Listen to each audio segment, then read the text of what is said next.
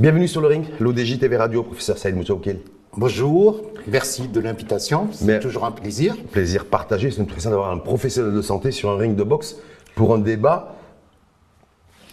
Pour un débat qui sera très engagé dans la mesure où, en tant que professionnel de la santé, et puis d'ancien enseignant, je vais apporter ma petite contribution. Complètement, professeur Saïd Moutaoukil. Donc débat sur le ring, l'ODJ TV Radio en 3 rounds. Premier round, le système de santé est-il virusé? Quand on voit aujourd'hui tout l'écosystème et les différents corps d'ailleurs du secteur qui sont en grève. Deuxième round, sur cette grève générale, la politique préventive, comme on dit dans le jargon sanitaire, a-t-elle fait défaut? Est-ce c'est en prévention? Est-ce que la prévention d'une crise et d'une grève générale, est-ce que les règles ont été respectées? Et enfin, troisième round, comment sortir de cette crise sanitaire? On a connu le Covid, on a connu la pandémie, on a essayé d'une sortie de crise. Là, en l'occurrence, une sortie de crise où il y a les corps enseignants, le corps professoral de santé, et pas que, parce qu'il y a des étudiants également qui sont en grève. Comment on sort de cette crise? Et là aussi, vous nous direz votre avis et point de vue. Premier round, le système de santé est-il virusé? Professeur Saïd Moutaoukil. C'est le moins qu'on puisse dire. Actuellement, il y a un mouvement social qui intéresse le secteur de la santé. Et ce secteur-là souffre d'un certain nombre de dysfonctionnements qui sont liés à des cumuls de problèmes qu'on a vécu depuis longtemps. Et ce mouvement social tombe dans une période très difficile où on sort de la crise de la Covid avec ses conséquences, où l'inflation qu'on a connue liée à cette crise et aussi le contexte international fait que la contestation sociale s'est placée malgré les promesses qui ont été données par rapport aux responsables, par rapport à la problématique de la santé. Maintenant, donc ça veut dire quoi? Ça veut dire, est-ce que le professeur Saïd Moutaoukil, ça veut dire que tout l'écosystème de santé aujourd'hui, dans notre pays, a été perforé en fait par différentes revendications sociales portées par les professionnels de santé, qui ne datent pas d'aujourd'hui d'ailleurs, parce que je me souviens des mouvements sociaux d'ailleurs en 2018 et 2019 avec une grève continue des étudiants en médecine, en pharmacie, entre autres. Valeur aujourd'hui, on se retrouve avec un écosystème de santé qui est par terre. On se retrouve devant un système de santé qui est en crise. Cette crise, elle ne date pas d'aujourd'hui, qui s'aggrave de plus en plus liée aux difficultés et liée aussi aux changements qui s'opèrent actuellement au niveau du territoire national et puis par rapport aussi aux besoins en personnel soignant de par le monde. Ce qui fait qu'il y a une attractivité ailleurs et la problématique, comment retenir notre personnel sur place, comment on les forme, comment le retenir, et puis comment intéresser ce personnel, surtout dans le secteur public, pour pouvoir mener les grands chantiers et les grandes réformes en cours dans le pays. Est-ce que d'abord, quand on dit le système de santé est-il virusé, ça veut dire que c'est le secteur public qui est virusé? Parce qu'on voit bien que le secteur public, le secteur privé aujourd'hui, que ce soit les facultés de médecine ou les cliniques, il n'y a pas de mouvement de grève, il n'y a pas de mouvement social et il n'y a pas de revendication particulière. Donc on est vrai, c'est l'écosystème public qui est virusé. Essentiellement dans le privé, comme vous l'avez dit, au niveau de la pratique médicale. Il n'y a pas de perturbation? Il n'y a pas de perturbation, il n'y a pas de mouvement social. Ça ne veut pas dire qu'il n'y a pas de problème à ce niveau-là. Oui. Si, il y a des problèmes au niveau de la réglementation, au niveau du respect de la réglementation et au niveau de certaines revendications du secteur privé par rapport à la valorisation de tout ce qui est la tarification, tout ce qui est aussi normes et régulations. Mais dans le secteur public, c'est là où la crise elle est beaucoup plus importante parce que on a un secteur public qui souffre depuis des mots MAX depuis longtemps, ça a été corroboré dans des rapports du Conseil de l'économique et social et d'autres instances. Mais on a l'impression que les problèmes s'accumulent et qu'on n'arrive pas à voir le bout du tunnel. Juste, professeur Saïd Moutaoukil, parce que vous avez été, je le rappelle, entre autres, ancien directeur de la faculté de médecine de Casablanca et également chef de service au CHU de Casablanca. Je rappelle que vous êtes spécialiste, en tout cas, dans tout ce qui touche l'anesthésie et la réanimation. Est-ce que considérez-vous, une question très directe, que les revendications aujourd'hui, de la part des infirmiers, de la part des techniciens de santé, de la part du personnel administratif rattaché aux hôpitaux ou aux autres centres de soins publics, de la part des étudiants en pharmacie et en médecine, est-ce qu'elles sont légitimes? Mais bien sûr, il y a une certaine légitimité à ces revendications, et il y a aussi un brouillard dans les esprits quant aux réformes en cours. Il y a des angoisses légitimes qui s'expriment, et on a l'impression qu'il y a un défaut pédagogique pour accompagner ces changements-là. Quand on sait que quand on a, dans un pays, on instaure des changements, il y a naturellement la résistance au changement. Mais je crois que ce personnel qui a été excellent au cours de la gestion de la crise de la Covid qui nous a paralysés pendant 2 ans, et c'est ce personnel dans le secteur public, personnel soignant ou administratif ou technique, qui a permis au Maroc cette résilience et d'avoir les résultats qu'on sait. Et maintenant, on demande à ce personnel de s'engager dans la réussite de ce projet sociétal. De l'État social. De l'État social. Justement, est-ce que l'État social aujourd'hui se retrouve sur une jambe? Et non plus sur 2 jambes aujourd'hui, quand on sait que le secteur de la santé, aux côtés de celui de l'éducation, c'est les 2 secteurs qui portent un État social, qui portent l'État social chez nous. Est-ce que le fait d'avoir aujourd'hui tout l'écosystème de santé publique qui soit virusé, en tout cas, c'est tout le monde et tous les corps se sont mobilisés, toutes les centrales syndicales se sont mobilisées aussi pour appeler à des grèves générales. On est sur 2 jours par semaine depuis cette semaine. Est-ce que ça met un coup d'arrêt à la mise en marche et la mise en route de l'État social? Ça pose beaucoup plus des contraintes. Ça ne va pas être l'arrêt, parce qu'on ne va pas vers une politique suicidaire. Ce que les professionnels demandent, c'est de s'asseoir avec les responsables, de revoir le tableau des revendications. Mais ils se sont vus, les gars, puis ils se sont vus plusieurs fois. Oui, mais... Est-ce que c'est les échanges et les dialogues stériles qu'il y a eu jusqu'à présent? C'est ça qu'il faut considérer? Quand il y a un mouvement social, c'est qu'il y a des difficultés de mener des dialogues avec les responsables. Et ça, c'est un fait. Et puis, quand on mène un dialogue social, à ce niveau-là, vous avez les partenaires sociaux qui sont les syndicats, et puis vous avez l'apparition de ce phénomène nouveau au niveau du territoire national et ailleurs, c'est ce qu'on appelle le phénomène des coordinations. Oui, on les a vus d'ailleurs qui ont été dominants et qui ont pesé lors de la grève des enseignants. Exactement. Et là, c'est plutôt les syndicats. C'est pas les coordinations. Là, oui, mais derrière aussi, il y a les coordinations. Et il faut que les négociations commencent le plus rapidement possible avec les syndicats pour que ces syndicats puissent avoir leur crédibilité, de les aider à rester comme interlocuteur principal avant qu'ils soient dépassés par... Donc vous dites qu'il y a urgence, il faut continuer, il faut se reconnecter et relancer le dialogue avec les syndicats, parce qu'il serait possible que demain apparaissent des coordinations et qu'on bascule vers un écosystème identique à celui de la grève des enseignants. C'est ça qu'en fait vous êtes en train de dire. C'est éviter d'arriver au blocage, et puis quand on va dans un système de réforme avec des performances attendues, et remarquez que on parle de l'État social et on parle aussi du secteur de la santé, c'est la volonté exprimée au plus haut niveau de l'État. C'est la première fois qu'on parle de manière directe de l'État social, et puis qu'on parle aussi de la couverture médicale et de la réforme. Et le personnel soignant, médical, non médical, de soins administratifs, il est capital dans la réussite de tel système. On ne peut pas réussir sans le personnel soignant. On va en parler au 2e round, donc cette grève générale. Politique préventive, est-ce qu'elle a fait défaut? Très souvent, effectivement, en santé, on dit que si on arrive, quand un pays est performant en matière de prévention sanitaire et médicale, il fait des économies en matière de gestion de soins médicaux prodigués.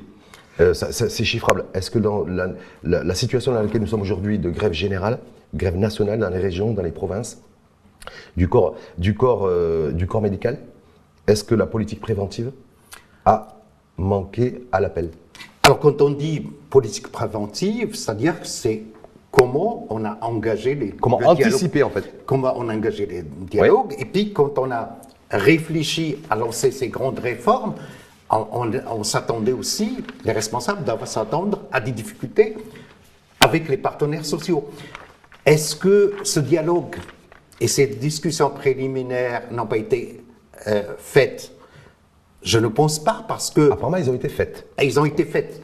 En décembre, ils ont été faites au mois de janvier. Et dès le lancement la nouvelle réforme au niveau sanitaire, moi je ne représente que moi-même à ce niveau-là, que les responsables du ministère de la Santé ils ont dialogué avec les grandes centrales syndicales à ce niveau-là, et maintenant... Ils ont trouvé un accord. Il y a un accord qui a été trouvé le 23 janvier dernier. Et actuellement, on est au niveau du caractère sectoriel, c'est-à-dire les grandes syndicales ont donné leur feu vert, et maintenant on est en train de discuter avec les syndicats du secteur de la santé, c'est-à-dire des infirmiers, des infirmiers, des médecins, enfin il y a tout le package. Et c'est à ce niveau-là qu'on rencontre qu'on a des difficultés. Et pourquoi on a des difficultés? Ça c'était prévisible sinon. Certainement parce qu'on va changer aussi de statut. Oui. Et quand on parle par exemple les groupements sanitaires les GST, implicitement ça va provoquer des changements de statut au niveau du personnel. Ce personnel, c'est-à-dire ils n'auront plus le statut de la fonction publique? Si, ils auront un statut particulier qui sera reconnu par la loi marocaine. Et ça soulève des hésitations, des peurs, des angoisses. Professeur, le 23 janvier 2024, pour être très précis, il y a un accord qui a été trouvé, signé avec procès-verbaux à l'appui entre le gouvernement représenté par le ministre de la Santé, Khaled Etaleb, et les représentants des différentes centrales syndicales. Oui. Avec l'augmentation d'ailleurs qui avait été annoncée, l'augmentation générale pour les infirmiers, les cadres infirmiers, les techniciens de santé, les assistants infirmiers et préparateurs, 2500 dirhams net par mois. Les centrales syndicales à l'époque réclamaient 3000 dirhams. Le gouvernement était prêt à donner 800 dirhams par mois net. Ils sont arrivés à cet accord le 23 janvier, 2500 dirhams net par mois. Depuis le 23 janvier. Il y a d'autres aussi, les professionnels de santé, ceux aussi qui encadrent les étudiants en médecine, en pharmacie, et eux aussi ont vu leur rémunération revalorisée. On se retrouve aujourd'hui, ça fait plus d'un mois, un mois et demi. Apparemment, cet accord, c'est le non-respect de cet accord que dénoncent les centrales syndicales. Et c'est pour cette raison qu'ils ont appelé à des mouvements de grève. Oui, et on comprend un petit peu leur insatisfaction, leur peur, mais d'un autre côté aussi, il y a des contraintes. Les contraintes pour l'État, des contraintes budgétaires pour l'État, parce qu'il y a un accord qui a été signé, on est bien d'accord. Oui, il y a un accord. Est-ce que vous trouvez-vous légitime, professeur Saïd Boutawakil, qu'au bout de 5-6 semaines, accord signé le 23 avril, on est début mars, on est bien d'accord, est-ce que vous trouvez-vous légitime que le gouvernement n'ait pas acté, en tout cas, et matérialisé cette augmentation générale des salaires qu'il avait promis aux centrales syndicales le 23 janvier? Je n'ai pas les éléments de réponse de la part de... Les centrales syndicales, pour l'instant, depuis le 23 janvier, on n'a pas eu de retour. Voilà, c'est ce que disent. Donc, c'est qu'il y a une rupture, certainement, du dialogue social à ce niveau-là. Il y a eu l'expression d'autres revendications qui vont s'accumuler.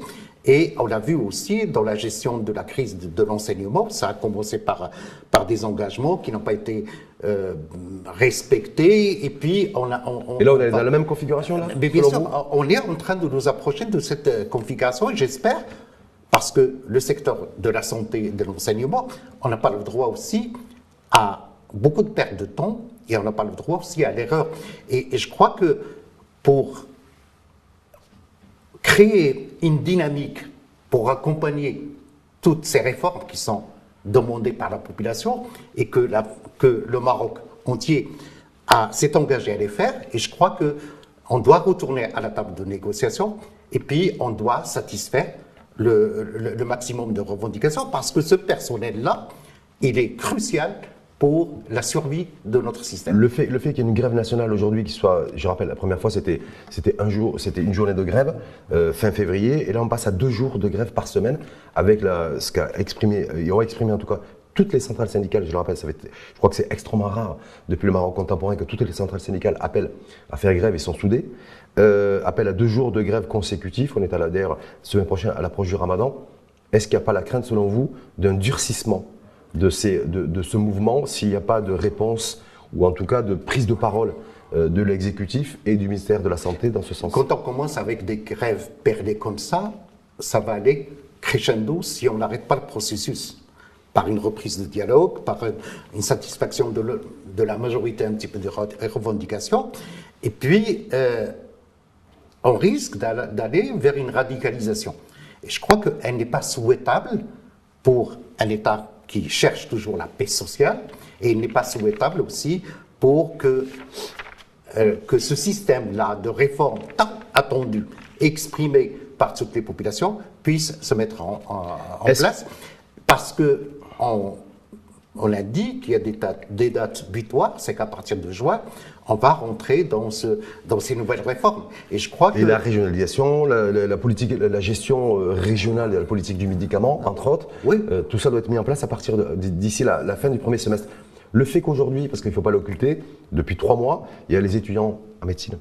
Oui. Et en pharmacie, eux qui sont en grève. Le fait d'avoir aujourd'hui les étudiants, l'association en tout cas, des médecins résidents, également, qui ont appelé un jour de grève le 13 mars, donc c'est une nouvelle strate qui se greffe avec les infirmiers, avec les techniciens de santé, avec le personnel administratif. Est-ce que là, ça ne fait pas beaucoup ? Mais bien sûr, ça fait beaucoup, et puis ça fait un système qui, comme vous avez dit au départ, virusé, et il va falloir rompre cette chaîne-là. Et pour parler des problèmes des étudiants, je crois que le problème des étudiants, il est très important dans la mesure où il y a actuellement un blocage, et on va se diriger, si on ne rattrape pas le retard et le temps, on va se rediriger vers un blocage et peut-être vers une année perdue. Mais est-ce que c'est pas plus compliqué aujourd'hui pour le ministère de la Santé, pour l'exécutif, parce qu'ils se retrouvent plus il y a pas que les étudiants en médecine qui sont en grève, mais il y a tous les corps qui sont en grève. Ça complique. Ça complique un petit peu la problématique. Bien sûr, il va y avoir un élan de solidarité de la population, surtout pas dans la période du Ramadan. Au niveau des professionnels de la santé, c'est-à-dire entre les médecins, mais la problématique des étudiants, c'est-à-dire que maintenant, si on voit les syndicats au niveau des professionnels de la santé, on a des grèves perlées. Ils ne vont pas jusqu'à une grève ouverte où tout le dialogue est rompu et toutes les solutions proposées qui sont non acceptées, et puis on arrive à un blocage. Les centrales syndicales n'écartent pas l'option et l'hypothèse, effectivement, de mouvements de grève qui ne soient pas perlés, comme vous dites, pour reprendre votre terme, mais qui soient continus. Oui, mais c'est une menace. Ouais, c'est une menace qui est sérieuse. Et je crois que dans ce pays-là, il y a suffisamment de gens raisonnables qui doivent se mettre le plus rapidement possible autour des tables de négociation pour voir les revendications légitimes du personnel soignant et non soignant, et puis accompagner aussi par un travail pédagogique pour rompre ce cycle vicieux. Mais pour les étudiants, je crois que aucun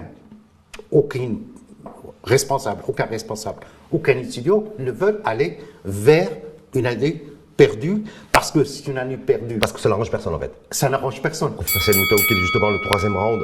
Comment sortir de cette crise sanitaire, même si effectivement c'est pas une question d'un virus comme ça qui circule, où j'ai vu la rougeole qui est en train de repartir, mais en fait on est dans une crise aujourd'hui de grève sanitaire à répétition. Comment on fait pour s'en sortir aujourd'hui? Le Ramadan pointe du nez, semaine prochaine. C'est aussi une période où on se retrouve en famille. Il peut y avoir aussi l'adhésion peut-être renforcée de la société civile et des populations à l'égard du personnel de santé, parce qu'on est tous sensibles à ce que nos médecins et nos médecins de famille se portent bien. Bien sûr. Donc voilà, est-ce qu'on va rentrer est-ce que quelque part il y a le chronomètre qui a démarré? Est-ce que c'est pas une course contre la montre? Mais bien sûr, on sait que le Maroc souffre d'une pénurie en matériel, en ressources humaines, dans le secteur de la santé, et qu'on doit accélérer la formation des médecins, mais on doit aussi rendre le métier de soignant dans nos secteurs publics attractif. D'où la légitimité un petit peu des revendications. Et il faut reprendre le dialogue, et il faut qu'il y ait un travail pédagogique pour que ces partenaires sociaux restent crédibles et pour remettre les troupes en marche pour construire un nouveau système de santé. Par rapport aux étudiants, je crois que... Parce qu'il faut dissocier les deux pour vous. Vous dites, voilà, il y a d'un côté les étudiants en médecine et en pharmacie, donc il y a un traitement, une gestion spécifique. Là, maintenant, c'est que maintenant est rentré dans la danse et dans le bal, plutôt entre guillemets, les médecins résidents et internes, mais plus le corps avec les infirmiers. Oui, mais c'est un tout. Ouais. Mais au niveau des étudiants, ce qui intéresse les étudiants, c'est de prendre leurs cours, de réussir leurs examens, et puis d'avoir une clarté par rapport à leur avenir et par rapport par rapport au système de santé. Mais ce qui est urgent aussi, pour moi en tant qu'enseignant, en tant que père aussi, c'est pour les étudiants, on est dans cette phase de rupture, de dialogue entre les étudiants et le ministère.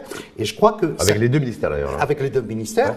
Ouais. Et je crois qu'on doit être imaginatif de créer un lien entre les étudiants et entre les responsables.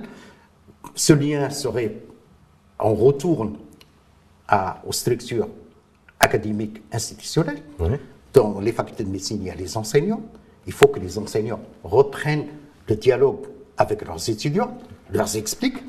Et il faut aussi... Encore faut-il que les enseignants ils aient aussi toute l'information. Parce que j'ai rencontré moi les enseignants qui me disent nous on ne sait pas trop aussi où on va. Oui, on ne sait pas trop quoi dire aux étudiants. Donc, mais on a un conseil de fac dans chaque établissement, dans chaque faculté de médecine, il y a le conseil de fac, il y a le décanat, et je crois qu'ils doivent se rapprocher région par région, fac par fac, pour dialoguer avec les étudiants, pour voir un petit peu leurs revendications, et puis aussi apaiser leur angoisse face au changement.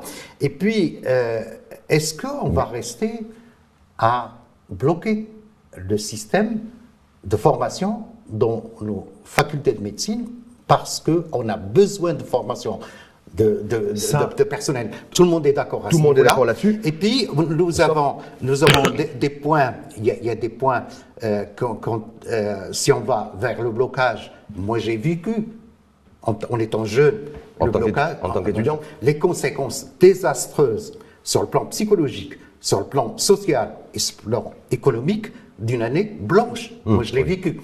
C'est-à-dire que, dans un premier temps, on dit on va jusqu'au bout, et puis dans une grève et dans un mouvement social, on n'a pas toujours la satisfaction à 100%. On prend certaines solutions, mais on ne peut pas tout avoir. On ne peut pas tout avoir, et on continue le dialogue, parce que le prix de l'année blanche ou du blocage, c'est un prix qui est énorme pour la santé pour la santé et pour le système sanitaire que nous voulons construire, et puis pour l'avenir des étudiants, parce que les parents, finalement, je ne parle pas du budget de l'État, mais les parents, c'est eux qui soutiennent leurs étudiants. C'est eux qui financent. C'est eux qui financent. Alors que... Ils n'ont pas forcément toujours les moyens. Alors que dans la faculté de médecine privée actuellement autorisée qui donne des cours, les gens ont accepté les 6 ans et ça se passe sans grève. Donc, il y a des... Oui, mais ils n'ont pas le même confort de travail et d'apprentissage. Je sais. C'est-à-dire qu'on ne va pas attendre qu'on ait la satisfaction de toutes les conditions de travail pour pouvoir commencer. Sinon, ça va être dans 10 ans, on aura les meilleures conditions. Or, d'ici là, il va falloir un petit peu s'adapter au système. C'est ce qu'on a, les premières promotions arabo-akaza ont vécu. Professeur Saïd Boutouguil, est-ce que justement la thématique de ce troisième round, comment sortir de la crise sanitaire, est-ce que pour vous aujourd'hui, les conditions sont-elles ou pas réunies pour sortir de cette crise sanitaire, compte tenu que les centrales syndicales, que le personnel de santé du secteur public, y compris des étudiants internes en médecine et en pharmacie, durcissent le mouvement? On est valeur aujourd'hui au moment où nous débattons, ici sur ce ring l'ODJ, il y a un durcissement des positions. Exactement. Du personnel de santé rattaché au public et des étudiants en pharmacie et en médecine. Je crois que pour sortir de la crise, maintenant on voit qu'il y a une crise entre les responsables du ministère de la Santé et les centrales syndicales.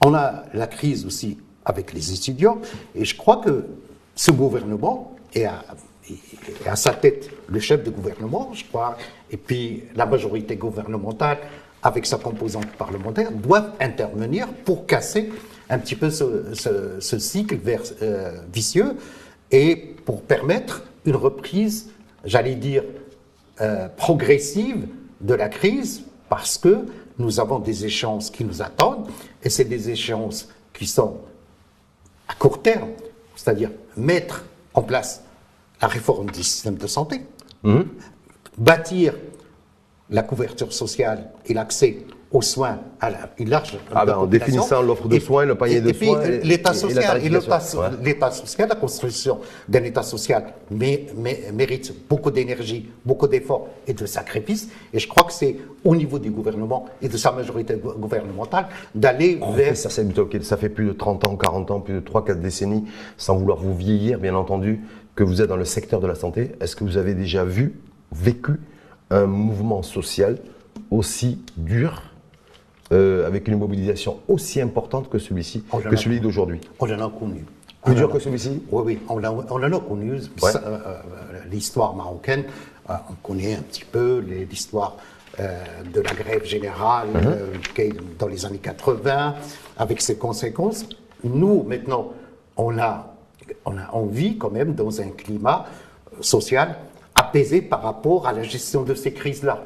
C'est-à-dire que les gens manifestent, les gens font grève, la grève elle est respectée, mais au-delà de ça, il faut aboutir à un système qui fonctionne malgré les difficultés et satisfaire un petit peu les besoins des professionnels de la santé. Professeur Saïd Boutengui, dernière question, vous êtes plutôt optimiste ou plutôt pessimiste pour cette sortie de crise? Je suis optimiste. Je suis optimiste parce que le pessimisme, ça ne mène à rien. Je crois que c'est l'espoir. Donc vous êtes un optimiste naturel. Naturel. Et je crois que dans ce pays-là, il y a des gens qui sont raisonnables, qui vont finir par dire, allez, on arrête, et puis on reprend le dialogue, et puis on essaie de satisfaire ce qu'on peut, vu les contraintes, satisfaire, et puis bâtir un système durable. Et ne pas forcément monter sur un ring comme vous avez fait aujourd'hui, pour se reconnecter le dialogue et retrouver le chemin de la raison. Exactement. Merci à vous, professeur Saïd Boutengui. La raison, c'est le maître mot. Complètement. Hop. Et puis là, on enfile les gants, comme un professeur, et puis se dire, demain ça ira mieux. Exactement.